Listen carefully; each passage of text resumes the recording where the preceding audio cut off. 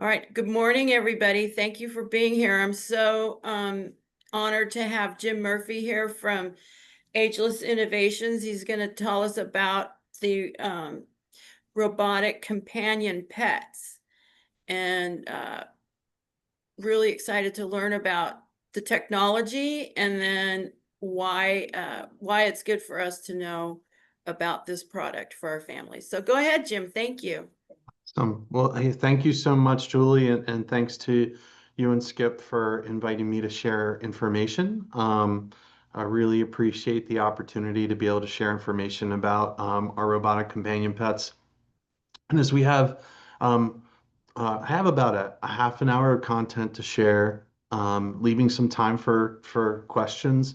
But as we have a relatively small group, please feel free to ring in along the way and ask any questions as I'm sharing this information. So I'm going to go ahead and share my screen.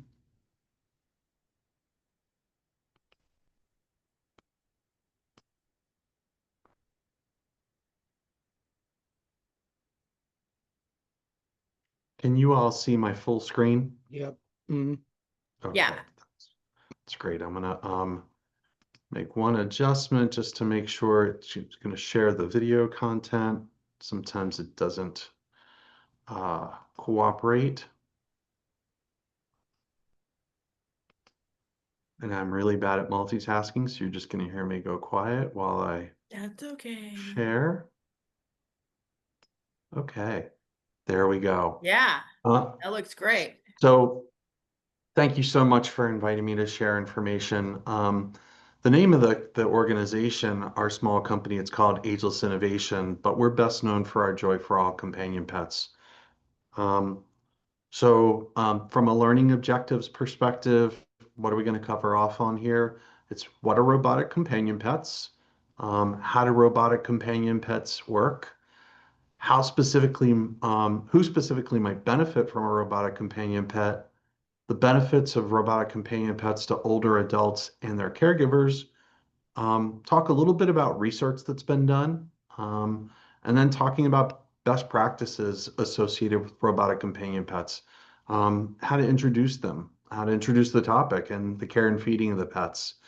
And while some of you all may be familiar with them as a category or even our pets, I was just sharing with Julie and Skip when I first joined that I was at the Leading Age conference last week and we were at ACA and Cal a couple weeks before that.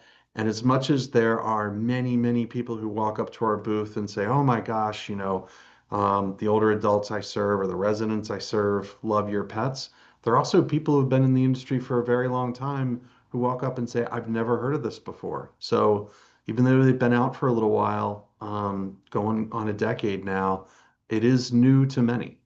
So if it's new to you, welcome.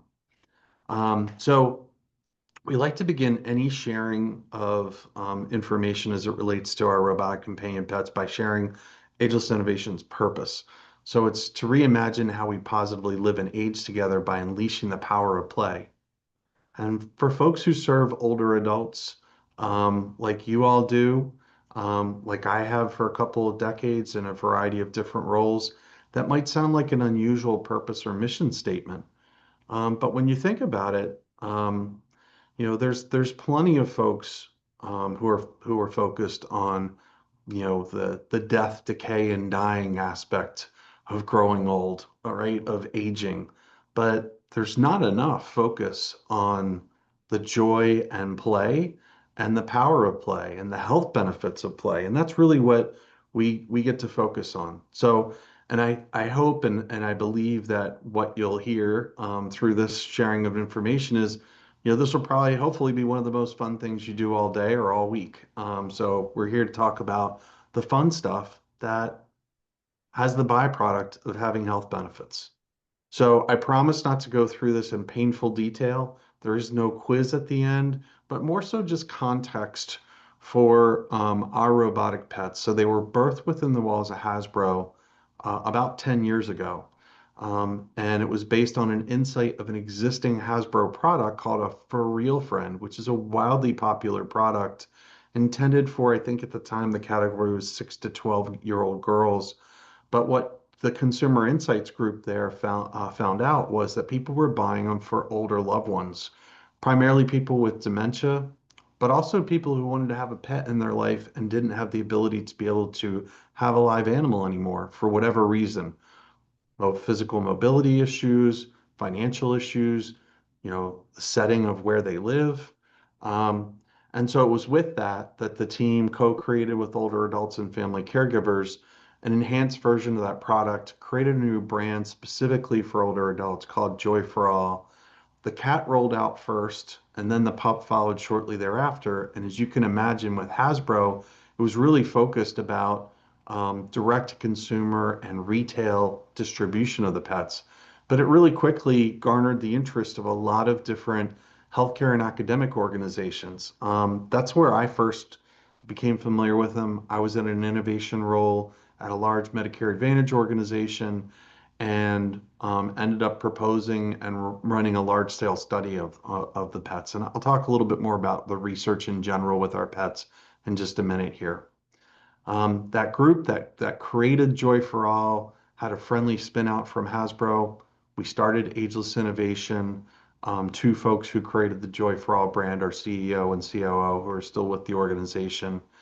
I joined the organization in 2020, a couple of years after the research was published, because I became so enamored of the robotic pets as a solution, and I really wanted to focus on the broader distribution of the pets through healthcare and governmental channels. So over the last few years, we've continued to grow our both the retail and the healthcare side of the business. We've rolled out some additional products. The two primary products are still the line of cats and pups, as they're an evidence-based solution. We've had hundreds of thousands of them adopted to date. In the very near future, we're going to be announcing that we have just reached the 750,000th pet being adopted. Um, and I'll talk a little bit more about what types of organizations we work with in distributing our pets here in just a minute. So the cats, I imagine that there's some cat fans on the line, right? So the cats act like cats do in that they have a random play pattern. You can't really predict what they're going to do. Um, so as you interact with them, they react to light, touch, and sound.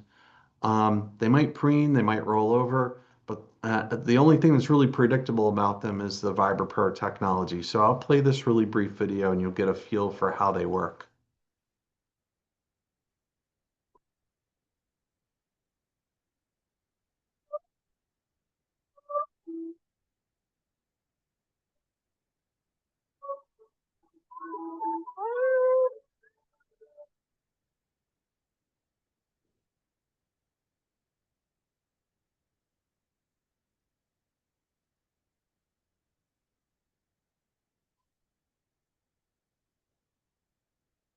So as you could tell, they had that unpredictability to them in the interaction, but the purring is a really key feature, and especially for individuals with Alzheimer's, it can be very calming, very soothing. It is broadly, but specifically with folks with Alzheimer's and related dementias, we routinely hear from care partners about how that's kind of a favorite feature of the pet owner. And so the pup, and I say pup because it's not gigantic, right? It's the size of a pup, if you will, and it also reacts to light, touch, and sound. And one of its key features is its bark back technology. So it's going to listen for the voice in the room. It's going to move its head, wag its tail, and it's going to bark. And the more you continue to interact with it, the more it's going to continue to bark back. It also has a real feel heartbeat, which is really similar to the purring of the cat. People find it very calming, very soothing.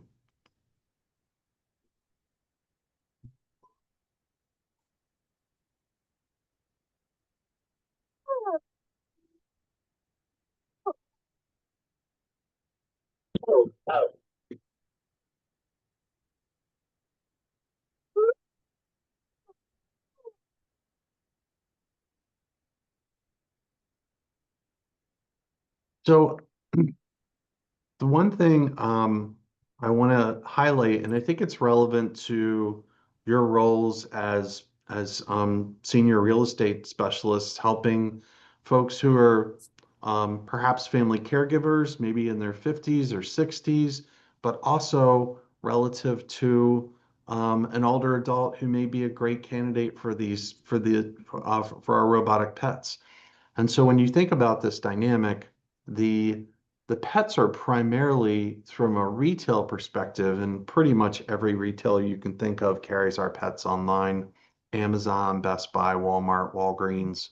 Um, but most of the purchasers are family caregivers, thinking about it for, what would my mom, my dad, my spouse want that would help them, right? And regardless of whether they were an individual with Alzheimer's or related dementia, or whether they didn't have cognitive issues, but just really wanted a pet in their life and didn't have the ability to be able to have a live animal.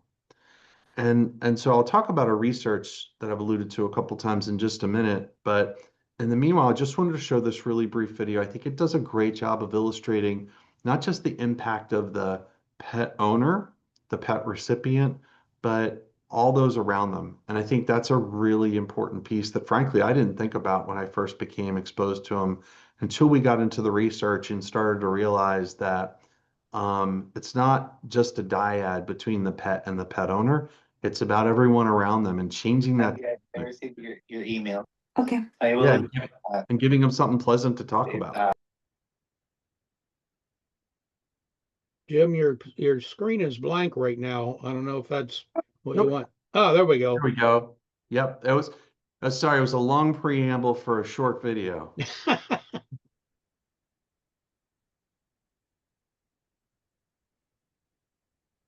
Being a caregiver is not always a lot of fun. It can be a lonely world. When I gave him the cat, he held it, looked at it, talked to it, engaged with it, and then you've got an instant spark. Having the cat and interacting with it gives me some time that I can step out. I like this cat. It's wonderful. You know, the grandkids started petting it and they had something happy to talk about. Any moment of happiness or joy or giggle is good. And believe me, the cat provides that. A lot of the first feelings that you get are of happiness and joy. And oh, this is fun. That's good for all of us.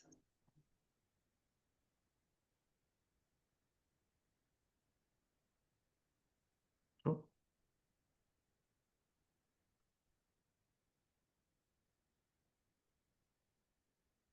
sorry, I'm just trying to get to the next screen and it's not being cooperative.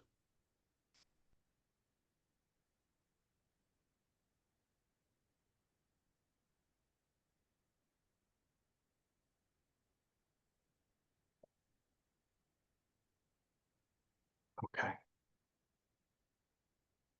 Wasn't giving me an option to progress. Apologies.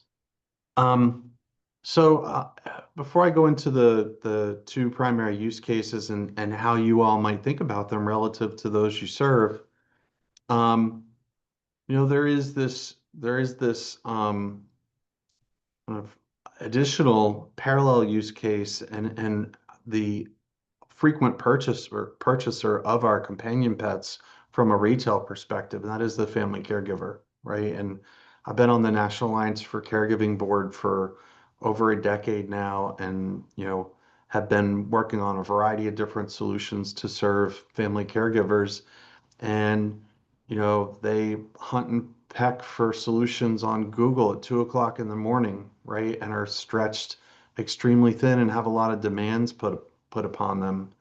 And I think that, their awareness for products like ours is very, very low. We've done a lot of research around that.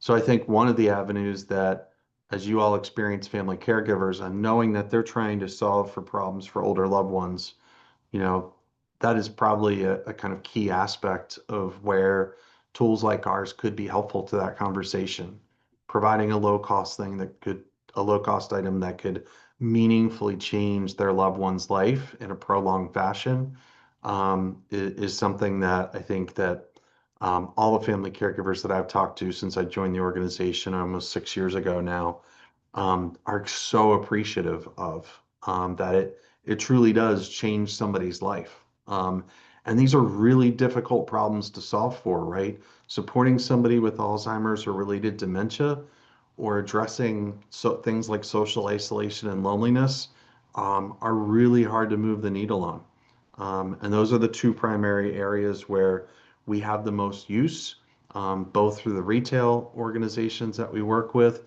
but also with the healthcare organizations that we work with. So I alluded to these studies. So the pets have been out for, as I said, 10 years. There have been over a dozen published studies to date. I know it's unfair, and I'd be happy to share our white paper if it's helpful. It's alluded to, it's referenced later in this presentation. But um, these studies, what you're probably gleaning from looking at the screen is these studies, regardless of setting, really roll up to a common set of psychosocial benefits as it relates to the pets. It's improved quality of life through reduced feelings of depression, isolation, and loneliness. All sorts of validated different measures have been used in these studies, everything from the UCLA loneliness scale to De Jong. Um, it helped provide a sense of purpose. And for folks with dementia, it mitigated dementia-related decline and associated behaviors such as agitation. Um, in many instances, and we hear this routinely, and it was a finding in a few of the studies, is that reduce the need for administering, or the frequency of administering psychotropic medications for those with dementia. Um, improved cognitive activity and capability, and then, as you heard me describe before, in changing the dynamic of the pet owner and those around him, it provided support for care partners, both professional family caregivers, I'm sorry, both professional caregivers and family caregivers. So I will make this available after the fact, but we have a white paper that provides a lot more detail relative to those studies that I just hit the headlines of. And as I mentioned, I have a counterpart that runs the retail distributor side of the business. I myself and my very small team, we're focused on serving healthcare and governmental organizations. So who do we work with? Primarily senior living long-term care, as you can imagine, right? So we serve a whole lot of different nursing homes, assisted livings, and memory care communities throughout the U.S. and some outside of the U.S. We work with a variety of different types of providers. So um, we have hospitals making use of our pets in an ER and ICU environment. We have lots of hospice and palliative care and other types of in-home care providers who make use of our pets during the course of their home visits. We've worked with the state units on aging and area agencies on aging throughout the country, distributing during the course of the pandemic, working with state partners, distributed over 50,000 companion pets, 30,000 of which were in New York State alone. And we continue to work with many area agencies on aging through the Older Americans Act. And then what I would characterize as some early adopters.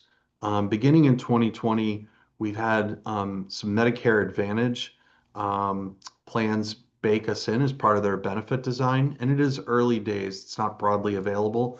But the fact that, that plans are, you know, adding us like they would add transportation, dental, vision, and other supplemental benefits because they know that there's going to be positive impact. Um, as well as Medicaid. We have a variety of different Medicaid organizations that provide our companion pets as far as their benefit design. What about private insurance too? No one as of yet. So we love that concept, and we've had a number of organizations that we've talked with about the potential of doing so. But love that idea. I think it's a perfect use case, right? Yeah. Yeah.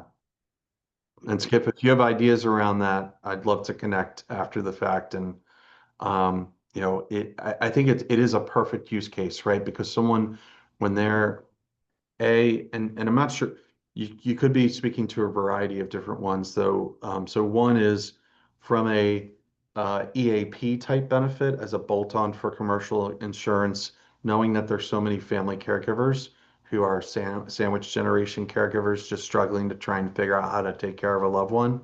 So that's when we've talked with a number of large companies who offer benefits like that. And then the other one would be, long-term care insurance, knowing that when someone's approaching the need to be able to exercise their benefits there, that something like this probably could be really helpful to that individual as well, right? So love those.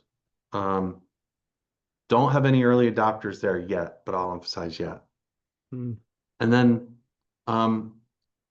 this is one where I think it'll just put a smile on your face. It's a very quick video. It talks about, and it just does a great job of illustrating the impact and the relationship between an older adult and sandwich generation family caregiver and the impact of the pets.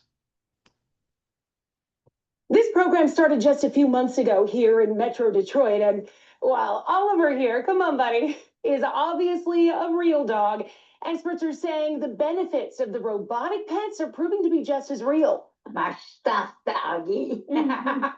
He does things. Evelina Standifer received an Ageless Innovations Joy for All companion pet in November.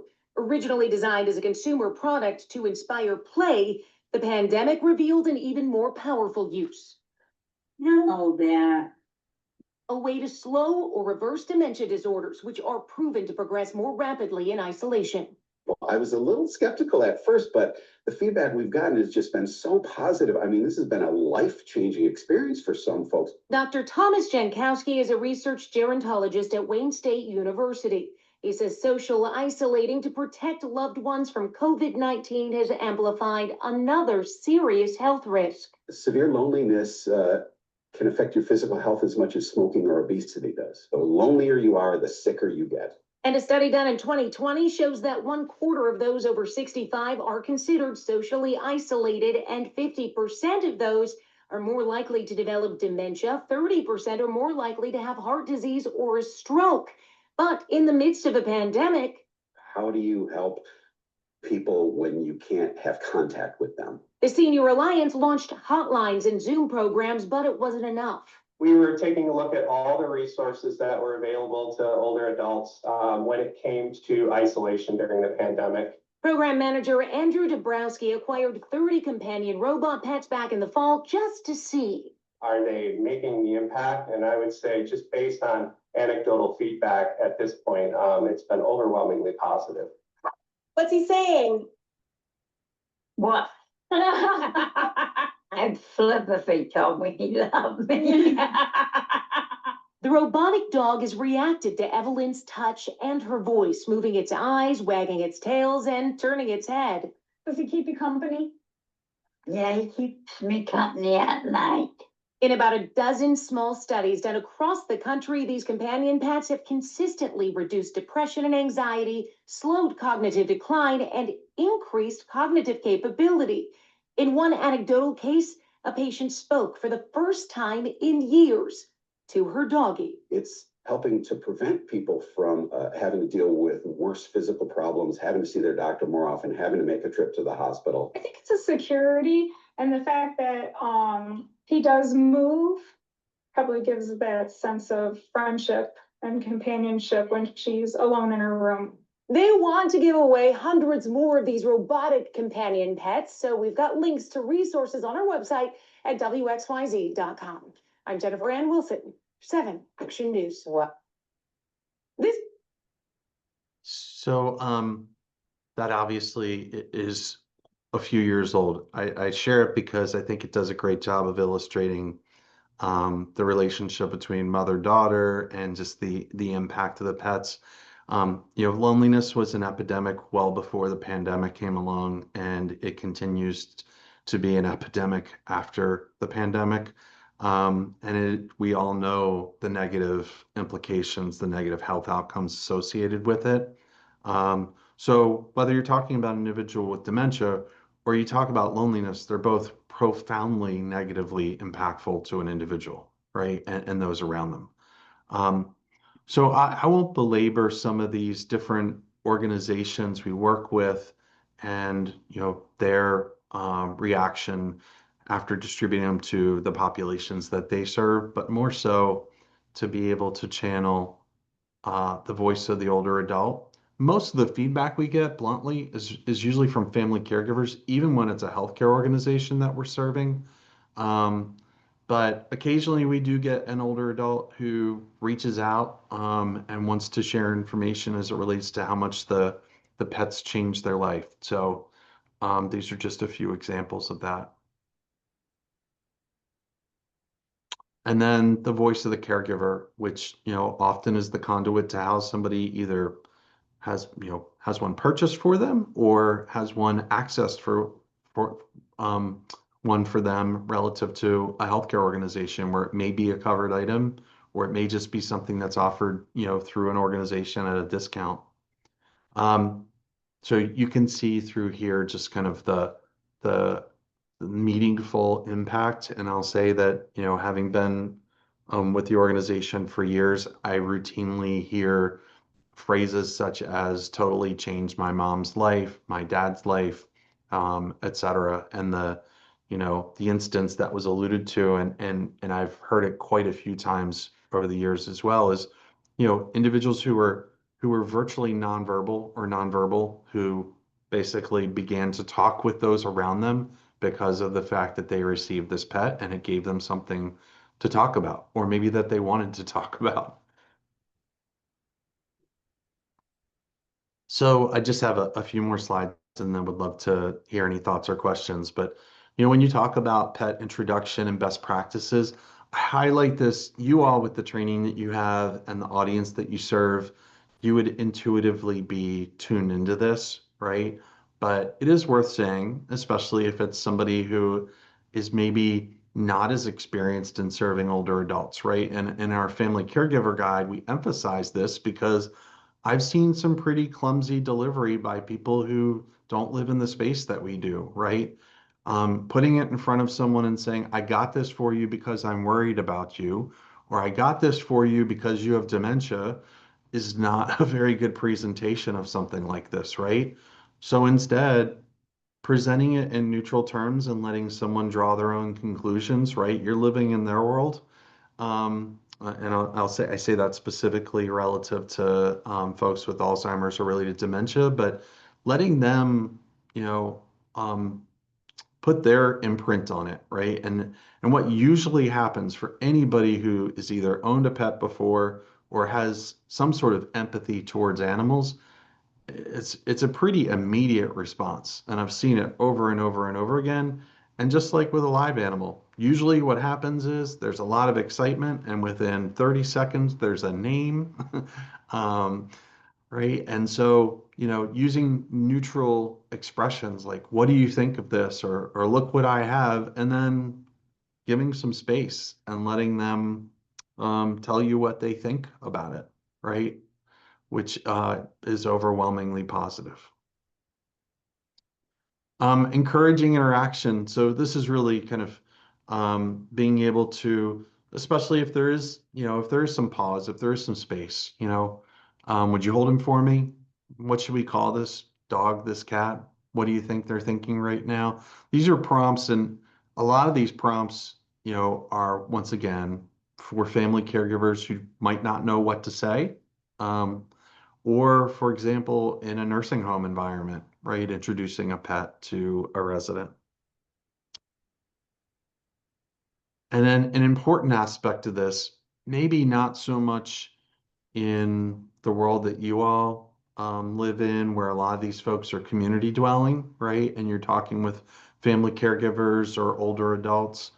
Um, is especially in an institutional setting, the notion of disinfecting and cleaning of the companion pets is something that we really have to emphasize. and it's extremely important. I think the most relevant aspect of this relative to those that you might recommend this for would be, and this happens, oh geez, my dad tried to feed it peas, right? So the cleaning aspect of the cleaning protocol becomes really paramount at that. And you can find some hacks online too for beyond the cleaning protocol that we've introduced. I have met, an orange tabby with a green mask because dad's tried to feed him peas multiple times, right? And it does happen. It's just a matter of, okay, how are we going to clean this up? And importantly, an aspect of this that's embedded within our full cleaning protocol is, and it's available online, is do not put it under running water. That is a key piece because it will destroy the robotics. Um, but occasionally it happens. So, it's really about using, um, uh, you know, wipes and sprays and things like that to be able to clean the pet. And this is the piece that I alluded to is do not put the pet under running water. Our pets definitely do not like water. And then, so how are they powered, right? It's one of the most frequently asked questions. So it's 4C batteries, and this is kind of where we have the luxury of it being engineered within Hasbro originally. So it's gone through a lot of testing. It's gone through a lot of abuse, frankly. So the original use case was little girls who might beat up their pet. And then when it was redesigned, the use case was a 90-year-old with dementia who may be tough on their pet. So they're extremely durable, come with 4C batteries, and those batteries, even in a well-loved pet where people are interacting with it every day for hours on end, generally last about 3 months before they need to be replaced. And once again, in the caregiver guide and in these institutional settings, it's usually described as, oh, we need to take the pet to the vet, um, replace the batteries, and then the pet returns. The pet does have, so in the underbelly of both the cat and the pup, 3 settings, very simple to use, on, off, and mute. And the mute is a really important one to highlight. Someone may love a cat meowing for hours on end until they don't, and they have, an auditory issue where it's bothering them, and they still want to interact with the cat, but they don't want it to meow anymore, and you can just turn it to mute. It'll still react to light, touch, and sound. It'll just stop meowing. The pets do go to sleep when not interacted with for a little bit, and that's a good thing because they actually stop drawing from the batteries in that sleep mode. And I would love to hear any thoughts or questions that you all have. Hopefully that was helpful information, and hopefully it was a new topic, new and interesting topic for you. What are your prices? Yeah, so the prices are $179.99 at retail for the pup and $159.99 at retail for the cat.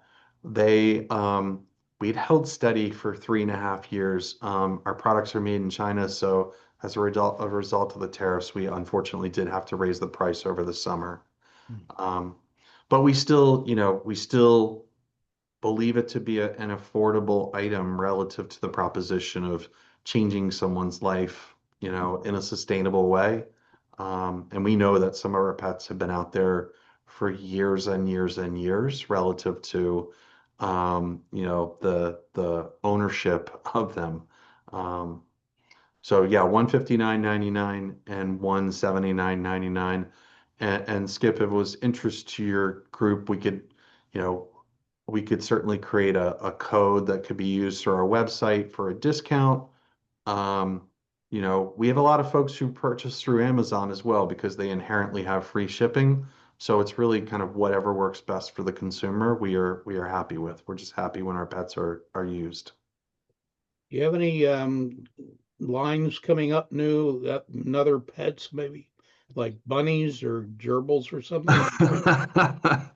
Um, so we did have, and I kind of breezed past it. I don't know if you all saw in that busy timeline slide, there was a woman with a walker, and it was we have the walker squawker, which it was an idea that was brought to us a couple years ago by a woman in her 90s. And she was familiar with our pets. Her daughter used to actually work with the team years ago. And she was supposed to start using a walker. It didn't, it would sit in the corner as it often would, as they often do. And she came to us and said, I want to pitch you on this idea. I'm tired of getting, my grown children chirping in relative to me not using my walker. So uh, I want to think about how I might, change the relationship I have with my walker. Rita is her name. Rita is a very smart and curious person. And she said, what if we perched an interactive bird in my walker? Maybe I'd want to use it then. And we thought, that's genius. So we actually have sold over 20,000 of them to date. We have a few small studies.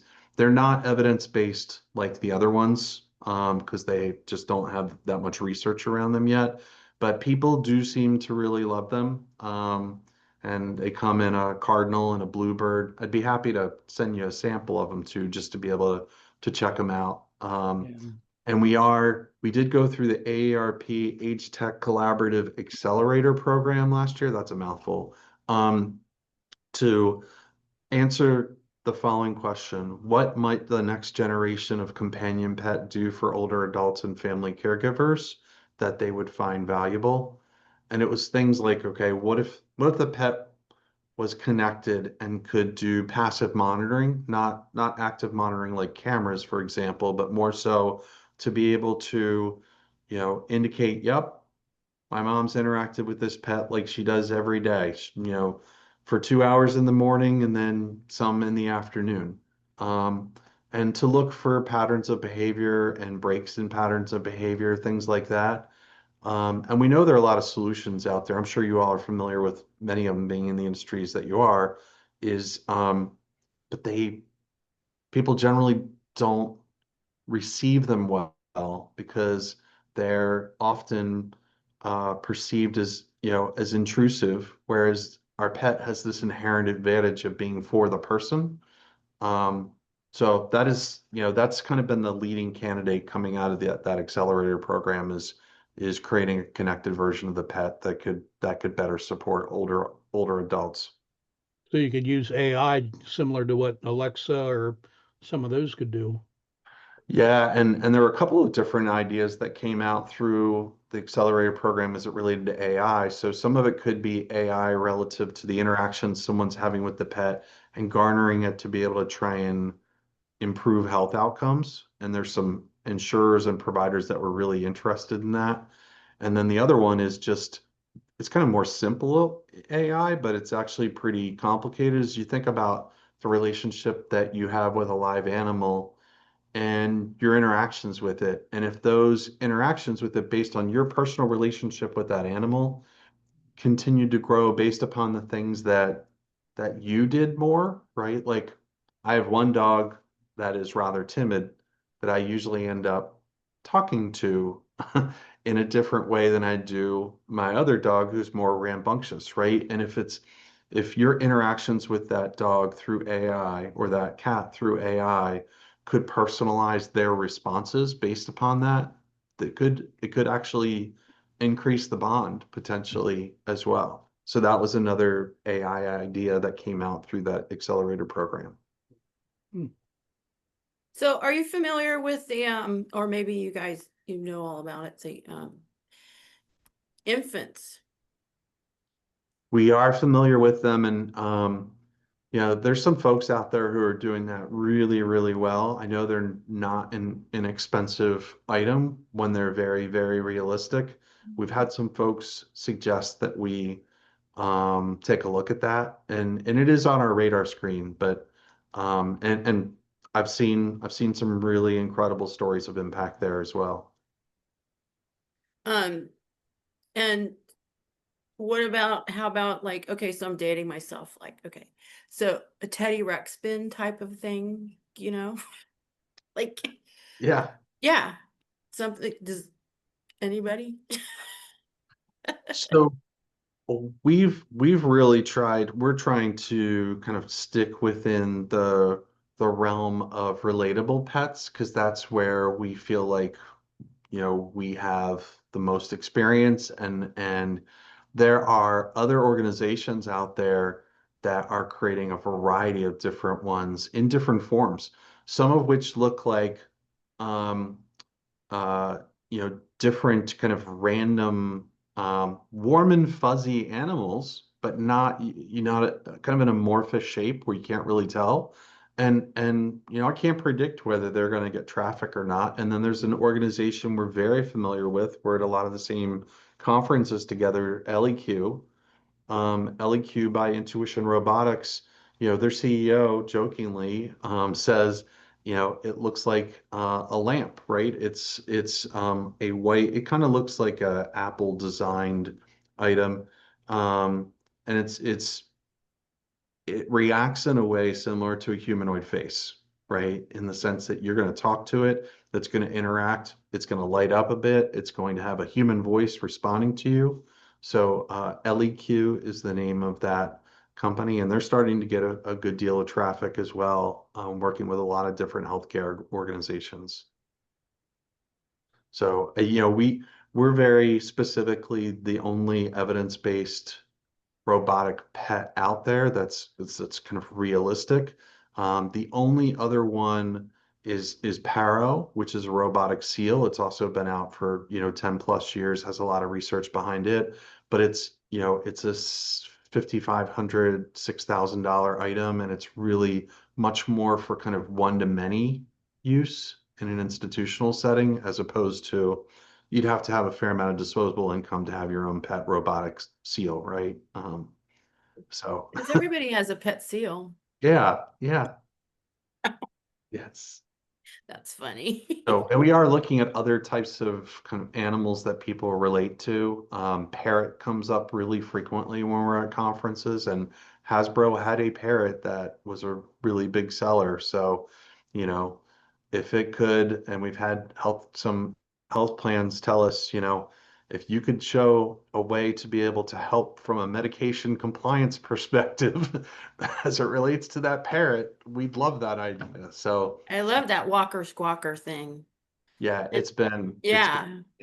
yeah. When Rita brought that idea to us, it was really one of those aha moments, like that is, and I've worked on a lot of falls prevention programs before in previous lives, and like that is an incredible idea. So hopefully we can prove it out over time. What Does other? anybody have any Yeah. questions? Gigi, what do you think? You were sharing earlier about your experience. Yeah, hi. Okay, let me get rid of this. Um, okay, so everyone knows I actually came from the senior space. I worked in assisted living, and as I was touring our clients, our prospects, I always showed the pets in memory care, and they all loved it. They told me that they plan on purchasing one, so on and so forth. Uh, I would highly suggest for all the real estate agents in this on this Zoom call, I highly recommend during your tours or your open houses, have one of these, on the counter or what have you, so people can see what that looks like. And then when you sell the home, I suggest maybe giving this as a pet to someone who has a loved one who has dementia. Because here's the thing, that family that you just sold, their home, they will let their friends know about how, awesome of a agent you've been, because you paid attention to that family's need. So again, going back to you're helping with medication in the future, and these pets just do a variety of things. Does that make sense? And so that Yeah. makes you as an agent really stand out in the family's mind. So anyways, that's just a suggestion. No, I love it. Thank you. Of course. I mean, I think we all have families, even in our own families or with all of our clients, we can think of opportunities where we could introduce this item to people. Oh, that's right. I did mention on the chat. Do you ever go to CALA or any of the trade shows for assisted living, Jim? Because at CALA, all the decision makers are there, right? And Yeah, if you had a table and you can show, you know, your products, I guarantee you would get orders. yeah, great question, Gigi. We unfortunately, it's usually just the national conferences that we attend just because there's so much ground to cover and there's so few of us. Um, because so for example, we'll do a half dozen Medicare Advantage and Medicaid conferences. We'll do the national ACA, NCAL, and Leading Age, but unfortunately, we have a difficult time covering that much ground to be able to get to a lot of the state-based ones as well. But love the idea. I think So it's definitely Gigi, what is there. CALA? It's California Assisted Living Association. Okay, So gotcha. many, and it's only done bi-yearly, but there's also associations at different states. So you just have to see, you know, when they are available. But Cal is the big one because of obviously California. So yeah. If you can get Yeah, in front of all those decision makers, I guarantee you, you would definitely get orders for every single doors that they have. yeah, and ACA NCAL is the national one that I was at just 3 weeks ago, and that's the National Association for Nursing Homes and Assisted Living. So, similar to what Gigi was describing, just on a national scale, I want to say there were 2,500 attendees there. Um, so yeah, and hopefully we'll continue to grow and grow to the point where we can plug into some of those larger states. Love Well, the and idea. now we have this knowledge and we can take it and share when we attend these types of events as well. Yeah, I'll follow up via email, but if it's helpful to create a discount code that folks can leverage as well, happy to do so. That'd be great. Yeah, that would be great. Go ahead, Skip. I'm just gonna, that would be great. Awesome. Great minds. So, Okay. Carlos, go ahead. You have a question? Yeah, hi. Sorry, I'm late, but this is very interesting. So it would be very, very nice to have a pet that smiles back to you. So if we could get some website links for the national and the state associations that you're talking about,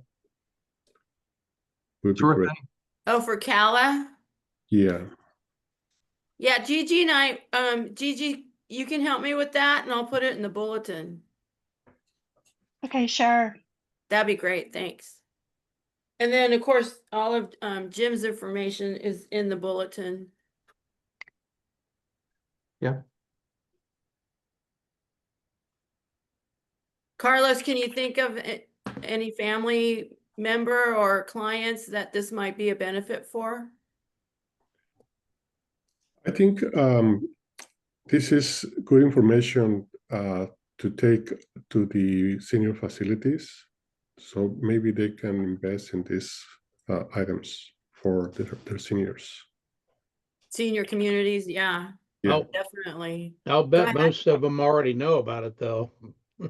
yeah, that's what they claim all the time, that they already have their own people, but nevertheless, why we want to stop doing it, right? Yeah. Yeah. Yeah, and that is the mixed bag that I was describing before. As much as we've been out, the pets have been out for 10 years.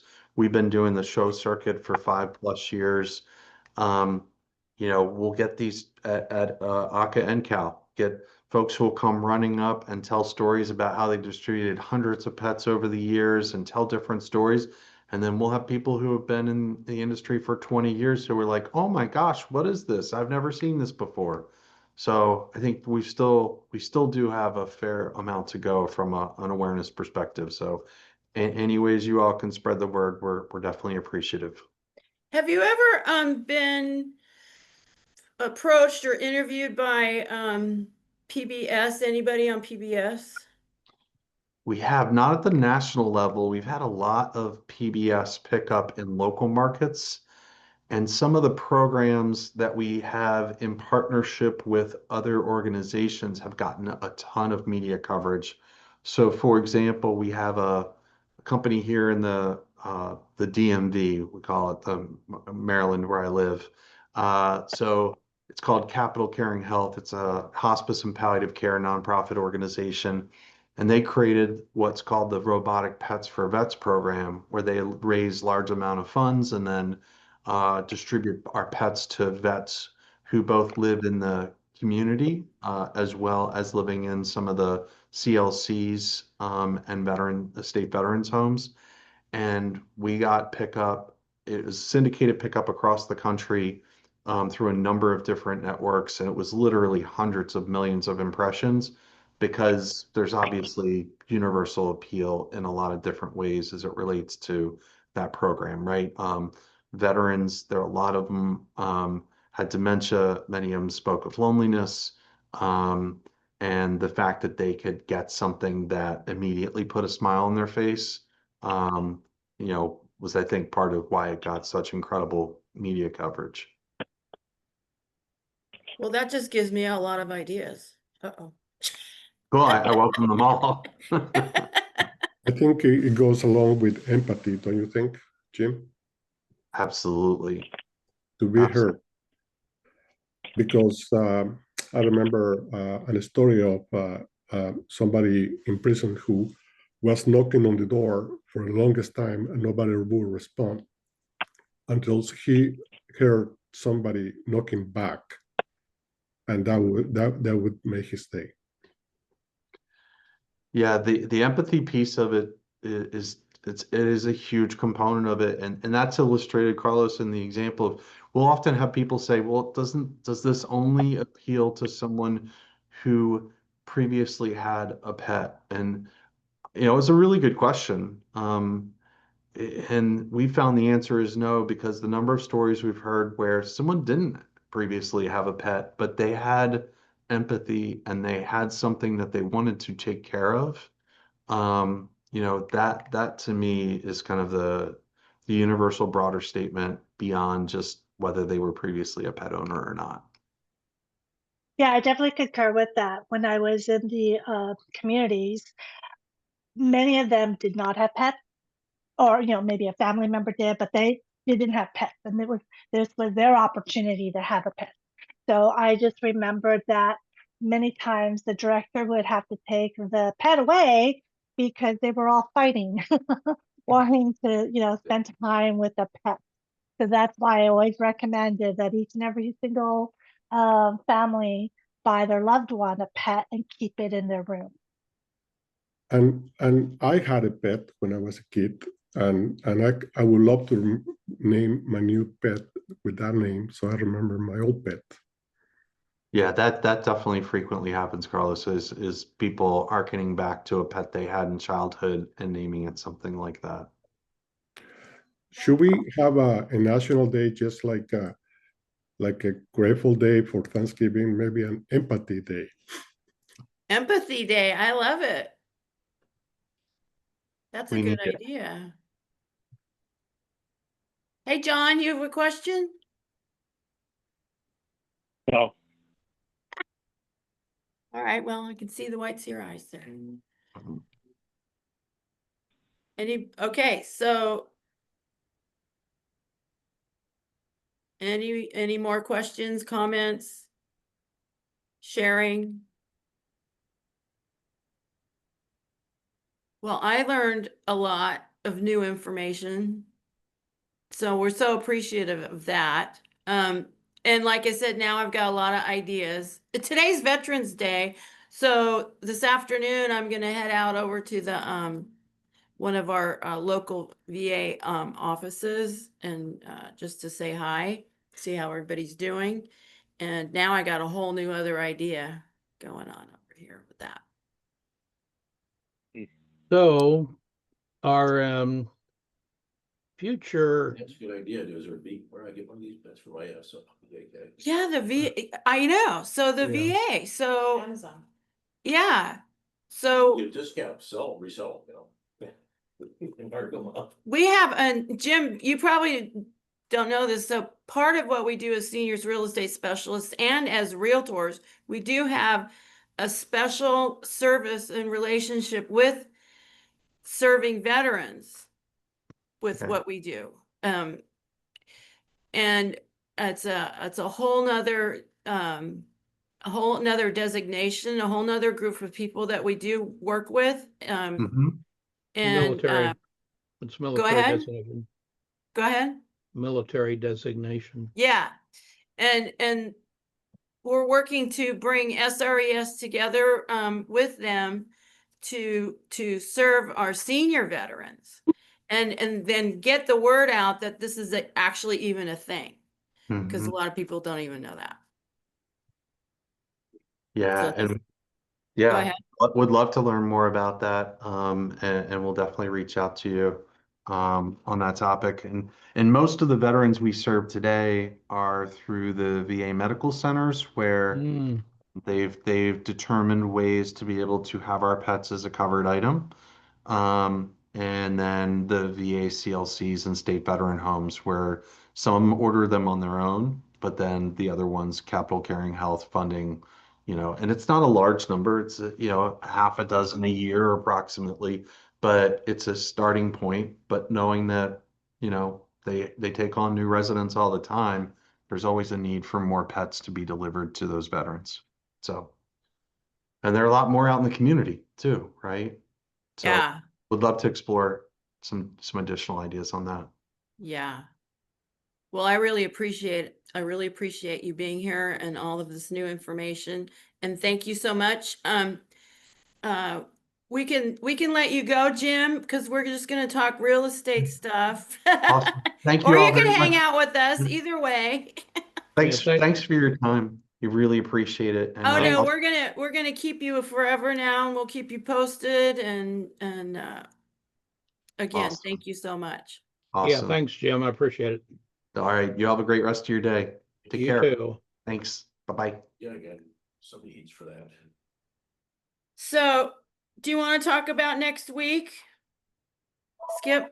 Yeah, next week is Zoe Alameda, who's a funeral director, and she's going to talk about final arrangements. And this will be pretty good. I mean, people are just dying to hear this. You only hear And it once, though, you know. Once.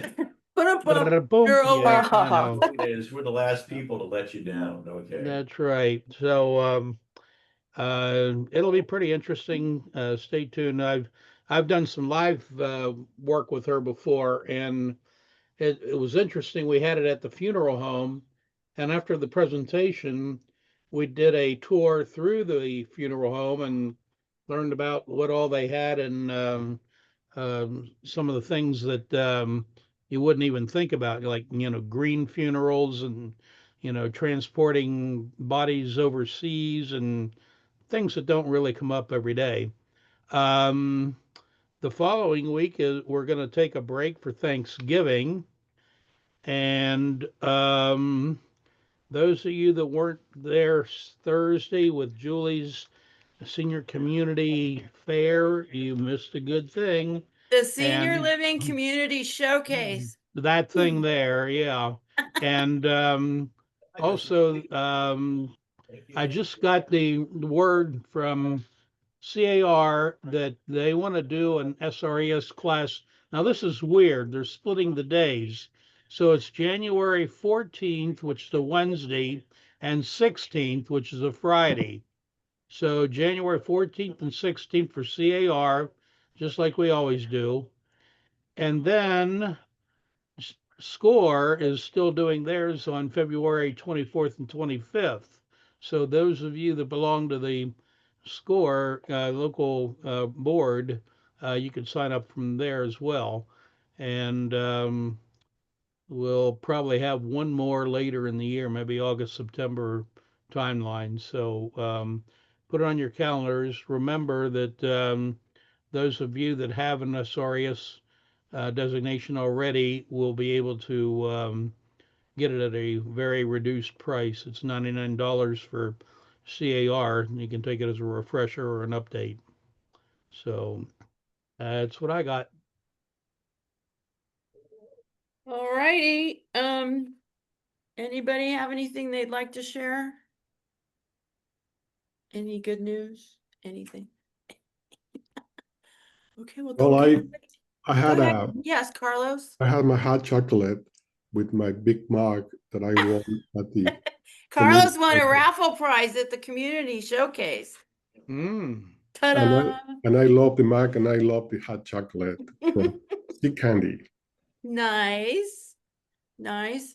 Well, it was a really good event. We had a really good turnout for being the inaugural event and the first time obviously that we've done it. We're going to be doing similar events all of 2026. So if you guys have any ideas on what you would like to see, be like what kind of events you'd like to do, any type of subjects, let me know. The next one I want to do is ADUs and multi-generational living. So think about that. There is we're having an ADU event. I'll send out another email, but it's going to be with Apex Homes and our other Apex and the Small Builders Association. It's going to be downtown San Jose at the City Hall in the Rotunda on Monday, the 17th.